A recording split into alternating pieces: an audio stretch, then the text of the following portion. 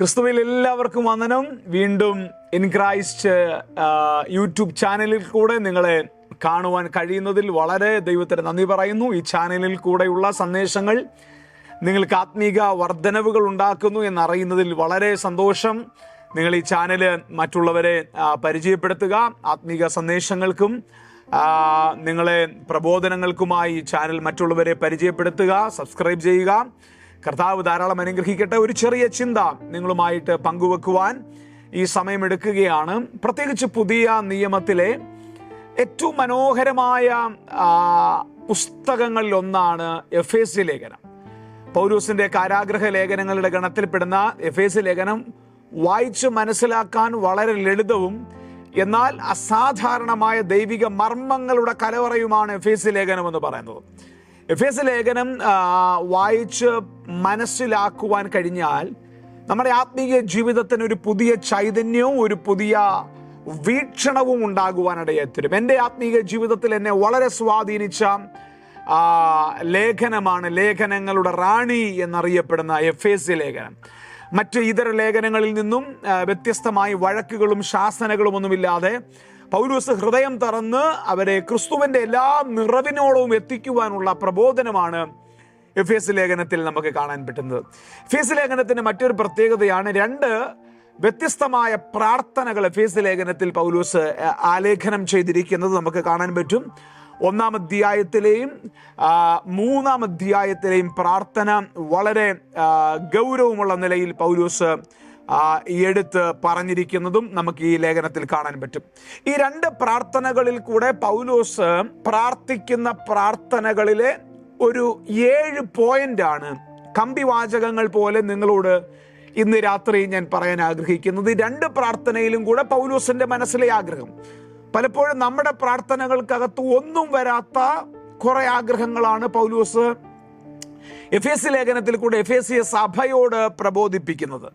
അതിനകത്ത് ഏറ്റവും ആദ്യ അധ്യായത്തിന്റെ പ്രാർത്ഥനയിൽ പൗലോസ് ഉൾപ്പെടുത്തിയിരിക്കുന്ന ഏറ്റവും പ്രധാനപ്പെട്ട കാര്യമാണ് 1-ാം അധ്യായത്തിന്റെ 9-ാമത്തെ വാക്യത്തില് തന്റെ ഹിതത്തിന്റെ മർമ്മം നമ്മൾ അറിയണമെന്ന് പൗലോസ് ആഗ്രഹിക്കുകയാണ്.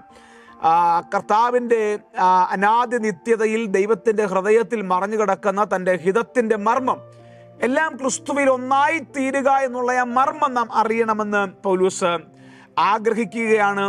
ഇത്തരം ചില കാര്യങ്ങൾ പ്രധാനമായി അറിയണമെന്ന് പൗലോസ് ആഗ്രഹിക്കുകയാണ്. 2, നിങ്ങളുടെ വിളിയാലുള്ള ആശ. നിങ്ങൾ ഓരോരുത്തരെയും ദൈവം വിളിച്ചതിൻ്റെ പുറകിൽ ഓരോരുത്തരും യുണീക്കാണ്. ഓരോരുത്തരെ കൊണ്ടും ദൈവത്തിന് ഓരോ പദ്ധതികളാണുള്ളത്. ആ ഉദ്ദേശങ്ങൾ ഓരോ ദൈവ പൈതലും അറിയണമെന്ന് 1-ാം അധ്യായത്തിന്റെ 18-ാമത്തെ വാക്യത്തിൽ പൗലോസ് പ്രാർത്ഥിക്കുകയാണ്. 2, 3-ാമത് നമുക്ക് വേണ്ടി സ്വർഗത്തിലുള്ള അവകാശത്തിന്റെ മഹിമാധനം. അവകാശത്തിന്റെ മഹിമാധനം എന്ന വാക്കിന്റെ ഒരു ട്രാൻസ്ലേഷൻ എന്ന് പറഞ്ഞിരിക്കുന്നത് പിതൃസമ്പത്തിന്റെ സമൃദ്ധി എന്നാണ്. പിതൃസമ്പത്തിന്റെ സമൃദ്ധി. സ്വർഗത്തിൽ പിതാവായ ദൈവം നിന്നെ ആക്കി വിളിച്ചിരിക്കുമ്പോൾ, സകല കുടുംബത്തിനും പേർ വരുവാൻ കാരണമായ പിതാവിന്റെ കുടുംബത്തിൽ നിന്നെ കൊണ്ടെത്തിച്ചിരിക്കുമ്പോൾ, ആ പിതൃകുടുംബത്തിലുള്ള സമ്പത്തിന്റെ സമൃദ്ധികൾ നിങ്ങൾ അറിയണമെന്ന് പൗലോസ് ആഗ്രഹിക്കുകയാണ്. 4, നമുക്ക് വേണ്ടി വ്യാപരിക്കുന്ന അവന്റെ ശക്തിയുടെ അളവറ്റ വലിപ്പം. വിശ്വസിക്കുന്നവർക്ക് വേണ്ടി വ്യാപരിക്കുന്ന അവന്റെ ശക്തിയുടെ അളവറ്റ വലിപ്പം, ഡുനാമീസ്, നമുക്ക് വേണ്ടി വ്യാപരിക്കുന്ന ശക്തി നാം അറിയണമെന്ന് പൗലോസ് ആഗ്രഹിക്കുന്നു. മറ്റ് എല്ലാറ്റിലും എല്ലാം നിറയ്ക്കുന്നവന്റെ നിറവിലേക്ക് കയറുന്നതിന് മുമ്പ് പൗലോസ് പറയുകയാണ്, ക്രിസ്തുവിന്റെ സ്നേഹത്തിന്റെ നീളവും വീതിയും ആഴവും ഉയരവും നിങ്ങൾ ഓരോരുത്തരും ഗ്രഹിക്കണമെന്നും തിരിച്ചറിയണമെന്നും പൗലോസ് ആഗ്രഹിക്കുകയാണ്. ഏറ്റവും ഒടുവിലായി 7-ാമത് പൗലോസിന്റെ ആഗ്രഹം, നിങ്ങൾ ക്രിസ്തുവിനെ അറിയണം എന്നുള്ളതാണ് പൗലോസിന്റെ ഈ 7 ആഗ്രഹങ്ങൾ. ഈ 7 ആഗ്രഹങ്ങളാണ് പൗലോസ് എഫേസ്യ ലേഖനത്തിൽ വിശ്വാസികൾ അറിയണമെന്ന് ആഗ്രഹിക്കുന്നത്. ഒന്നുകൂടെ ആവർത്തിക്കാം. 1, തന്റെ ഹിതത്തിന്റെ മർമ്മം നിങ്ങൾ തിരിച്ചറിയുക. 2, നിങ്ങളുടെ വിളിയാലുള്ള ആശ നിങ്ങൾ തിരിച്ചറിയുക. 3, നിങ്ങൾക്ക് വേണ്ടിയുള്ള മഹത്വത്തിന്റെ മഹിമാധനം നിങ്ങൾ തിരിച്ചറിയുക. 4, നിങ്ങൾക്ക് വേണ്ടി വ്യാപരിക്കുന്ന തന്റെ ശക്തിയുടെ അളവറ്റ വലിപ്പം നിങ്ങൾ തിരിച്ചറിയുക. 6, നിങ്ങൾക്ക് വേണ്ടിയുള്ള ദൈവത്തിന്റെ മാനിഫോൾഡ് വിസ്ഡം. ഞാൻ അക്കാര്യം വിട്ടുപോയി. മാനിഫോൾഡ് വിസ്ഡം, ദൈവത്തിന്റെ ബഹുവിധ ജ്ഞാനം നിങ്ങൾ ഓരോരുത്തരും തിരിച്ചറിയണമെന്ന് പൗലോസ് ആഗ്രഹിക്കുന്നു. 6, നമുക്ക് വേണ്ടി വ്യാപരിക്കുന്ന അവൻ്റെ ശക്തിയുടെ അളവറ്റ വലിപ്പം നാം ഗ്രഹിക്കണമെന്ന് ആഗ്രഹിക്കുന്നു. ഏറ്റവും ഒടുവിലായി ക്രിസ്തുവിനെയും അവൻ്റെ സ്നേഹത്തിൻ്റെ ആഴവും അറിയണമെന്നുള്ള 7 കൂട്ടം കാര്യങ്ങൾ അറിയണമെന്നാണ് പൗലോസ് എഫേസ്യ ലേഖനത്തിൽ പ്രാർത്ഥിക്കുവാനായി നമ്മളെ പഠിപ്പിക്കുന്നത്.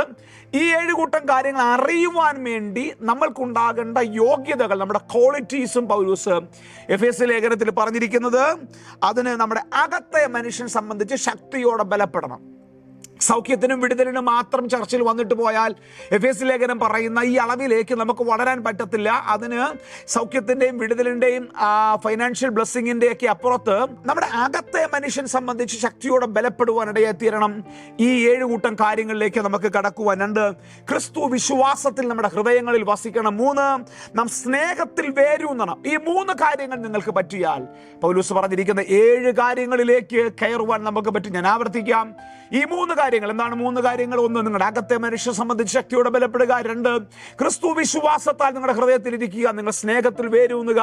ഈ 3 കാര്യങ്ങൾ നിങ്ങൾക്കുണ്ടെങ്കിൽ പൗലോസ് മുകളിൽ പറഞ്ഞ 7 കാര്യങ്ങളിലേക്ക് കടക്കുവാൻ നമുക്ക് പറ്റും.